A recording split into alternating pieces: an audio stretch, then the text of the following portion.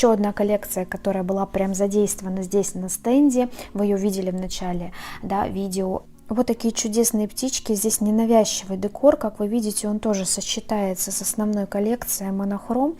И такие птички я вижу как в детской комнате, мы с вами про детские, кстати, еще поговорим, так и, например, в гостиной.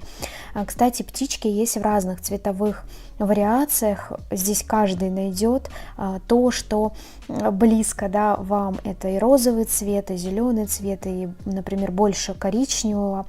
Эти птички очень хорошо сочетаются с гексагонами, это могут быть светлые гексагоны или даже желтые, сейчас чуть позже покажу. Я, кстати, здесь попробовала, проверила здесь